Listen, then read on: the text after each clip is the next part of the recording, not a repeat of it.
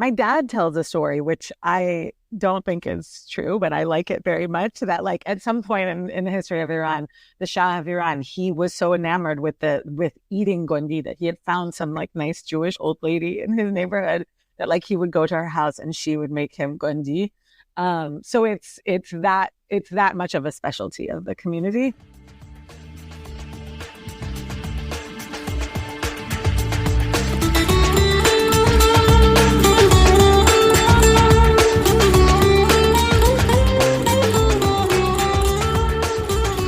Welcome to 18 Jewish Foods, Culture and History in Kosher Bite-Sized Portions.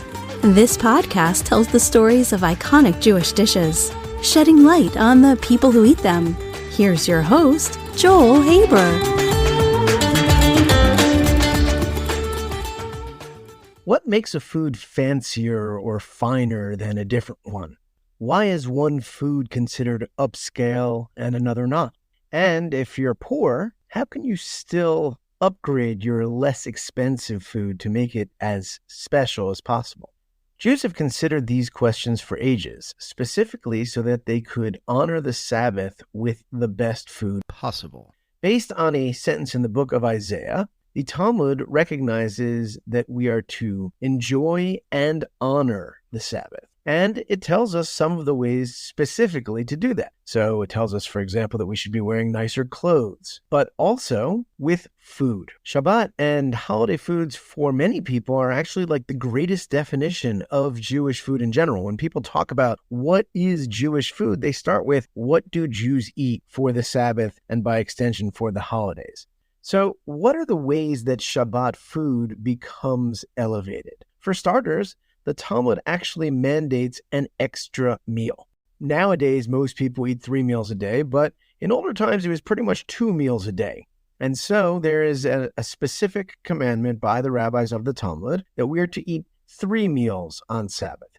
Generally speaking, hot food is considered to be preferable to cold, which is the origin of the Shabbat stew that I discussed in episode number 3 of this podcast. But in general, it's less explicitly defined and more about how each cook or family feels. So some of the things that one might take into account would be what ingredients specifically are they? Meat? Are they fish? Are they vegetables? Are they grains? The quality of the ingredients themselves, the cost of those ingredients, the amount of labor that goes into preparing the dish. If it's just cut up some vegetables into a cold salad, that's one thing. If there's multiple steps in making a hot meat dish, then that's something more elaborate and more elevated of a food. While I know that for vegetarians, they may not agree with that statement, there wasn't a long strain of vegetarianism within Jewish history, so I'm looking at the most popular attitudes previously. And also the number of courses at a meal, whereas maybe during the week, especially in older times, they might just have one course, like a big stew or something. Whereas on Shabbat, you try to have multiple courses. All of these things elevate the foods of Sabbath in the mind of the Jewish people. Now, this episode's Jewish food highlights this idea of having special and elevated food for Shabbat. Gondi is a beloved food for Persian Jews, specifically eaten Shabbat for dinner on Friday night. What it basically is, it's typically served in a soup over rice, and the gondi itself is a big, fluffy meatball. Typically, you start with ground chicken, in more modern times, ground turkey, and that meat is then mixed together with chickpea flour. Chickpea flour stops all of that meat from densely sticking together in a heavy ball and makes it more fluffy. And then the flavorings are typically grated onion and various spices such as cardamom, turmeric, sometimes cumin. So it's a soft, fluffy meatball. Some see it as kind of a cross between a meatball and a matzah ball. One of the reasons perhaps that this became a food specifically for Shabbat is that something that is surprising to many people today is that for much of history around the world, and also specifically in Iran and Persia, chicken was more expensive than beef. And therefore, it was something that you could say, we're going to save our more expensive meat for the Sabbath. And in those scenarios, when people were poor, both in Persia and in Europe and in Africa, anywhere, if you had any meat to eat at all, Jews would always save it for the Sabbath. If you could only have one meat meal in the week, you eat it on the Sabbath, not during the week. Now, something else interesting about Persian Jewish food is that most of the food that Persian Jews eat, all Persians eat, because they've been living together side by side for about 2,700 years. So the cuisines developed together in unison. But of course, there are some foods that are unique to Persian Jews, and so it is not at all surprising that those uniquely Jewish foods would typically be saved for Shabbat, such as this Gondi. To talk a little bit more about Gondi, I've spoken with Tanaz Sassouni. Tanaz is a true expert on Persian food. She is passionate and knowledgeable about that food, the food of her beloved community. And she's been spending the last 10 years collecting recipes of foods that are specifically Jewish Persian foods.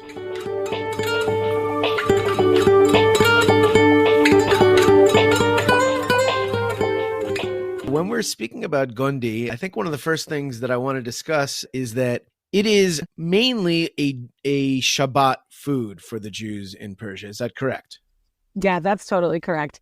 It's not for every city in Iran. There are some exceptions, but for the most part, it is the Friday night meal every Friday night for Jews in Iran and Iranian Jews in diaspora. So is there something about it that you could point to that says why that became a Shabbat food specifically? I don't know what the history of the dish is, and the word gondi is peppered in across different dishes within Iranian Jewish food. There are also rice dishes that are called gondi in different cities, but it exemplifies the women doing the work of making Shabbat for the family. It's not an easy meal to make. You have to start with your chicken. Back in the day, you'd have to make sure that all the feathers were peeled from the chicken and all of these things. And you're making a broth from scratch. You're making a chicken soup. And probably at that time, making your own chickpea flour and then making the actual gondi with onions and sometimes ground chicken, but sometimes ground turkey. So it's actually a meal with two meats, which is quite grand and luxurious, appropriate to Shabbat. The Persian Jewish community is rather diverse.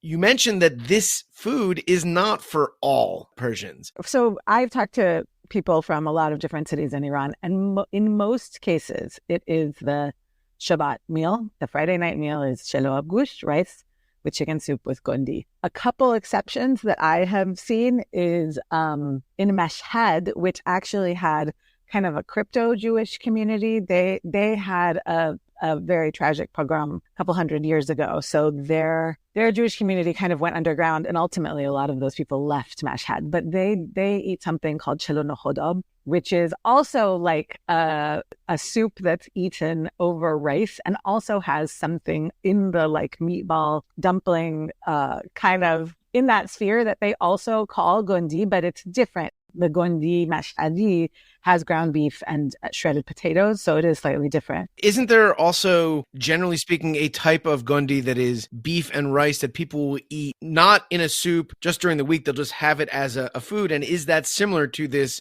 gondi mashhadi, except that it has potato instead of rice? Yes, there is, and no, it's nothing like it. Okay. Like I mentioned in the beginning, gondi is they fly fast and loose with the word gondi, and actually I kind of touched on it, but my mom makes a dish that both of my grandmas used to make that we call gondi kashi, that is like a kashani gondi, and it's a rice dish.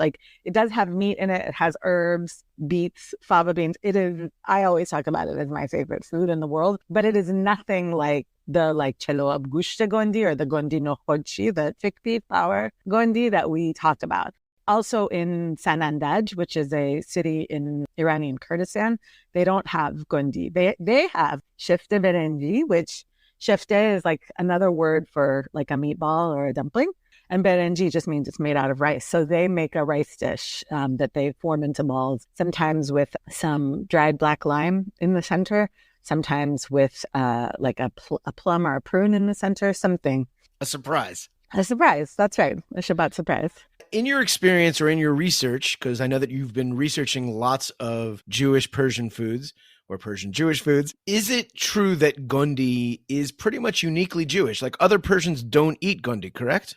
That is, as far as I have seen, that is absolutely correct. It is not something that's found in general Persian food, and it is something that is specifically Jewish. My dad tells a story, which I don't think is true, but I like it very much, that like at some point in the history of Iran, the Shah of Iran, he was so enamored with eating Gondi that he had found some like nice Jewish old lady in his neighborhood that like he would go to her house and she would make him Gondi.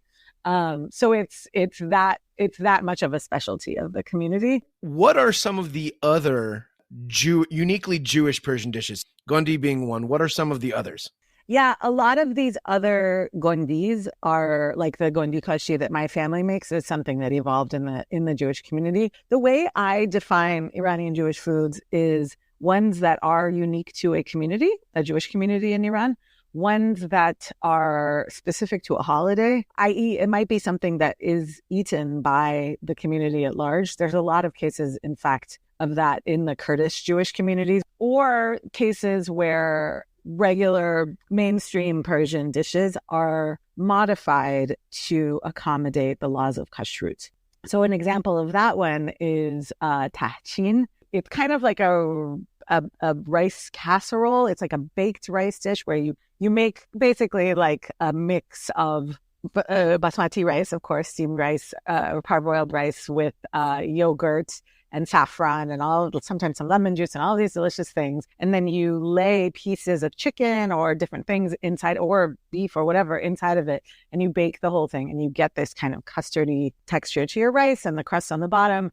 But of course you can't have yogurt and meat in the same dish for Jews. So I've seen like diaspora Iranian Jewish women, especially, who are having these big banquets and have to find a way to have this like very opulent dish.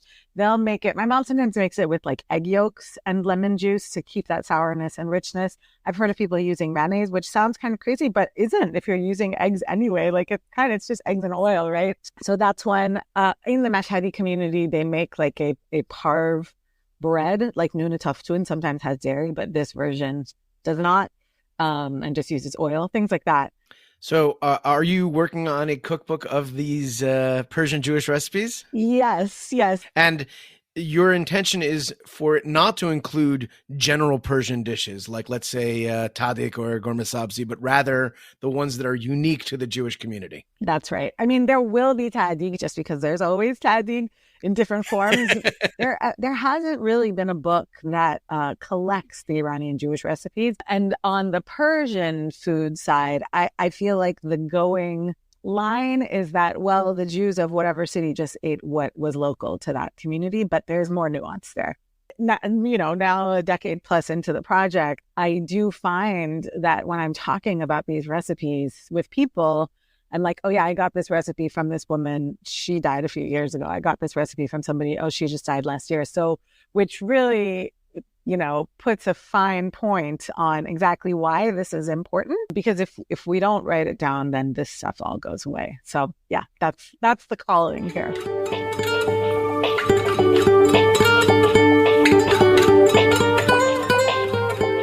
Now, in addition to Gondi, I want to talk about some of the other foods that find different ways or are elevated in different ways to honor the Sabbath.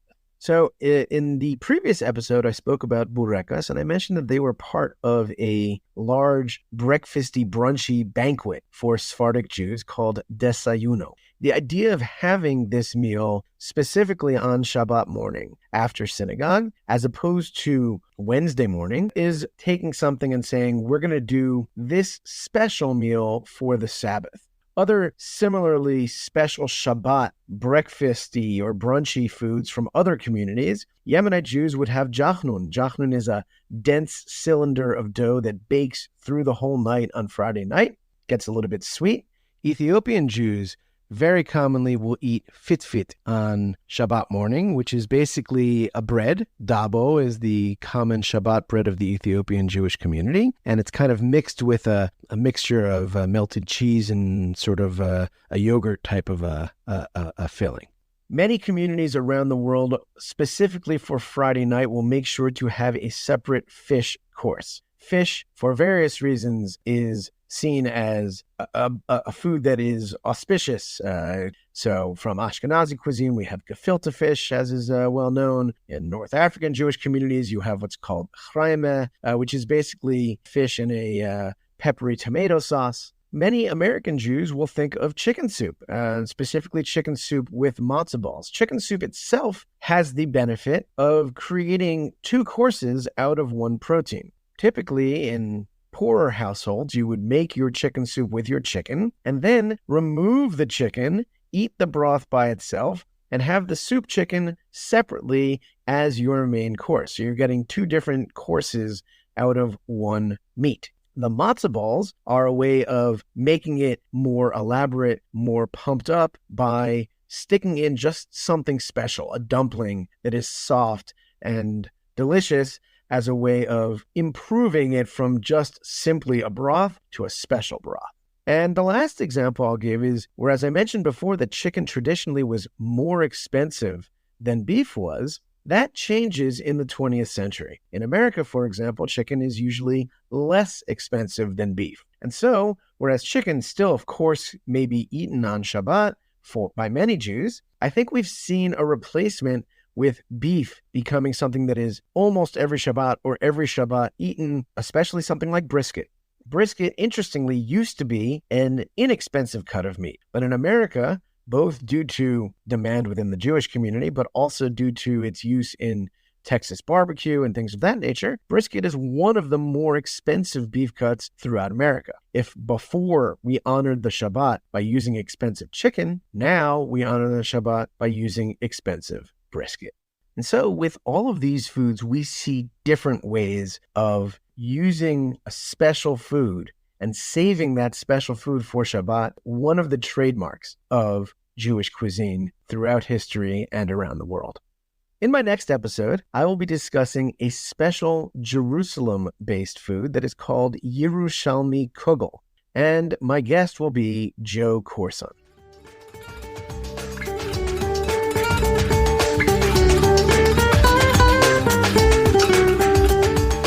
Thanks for listening, and I hope you enjoyed. Got any questions or comments? Please feel free to email me at jewishfoodbook@gmail.com. Please listen, like, and follow wherever you get your podcasts, and I would truly appreciate it if you'd share this with other Jewish food lovers. The theme music you hear is Adirhu Revisited by Rebbe Soul. Check him out wherever you stream music. And as always, until next time, I wish you B'tei Avon.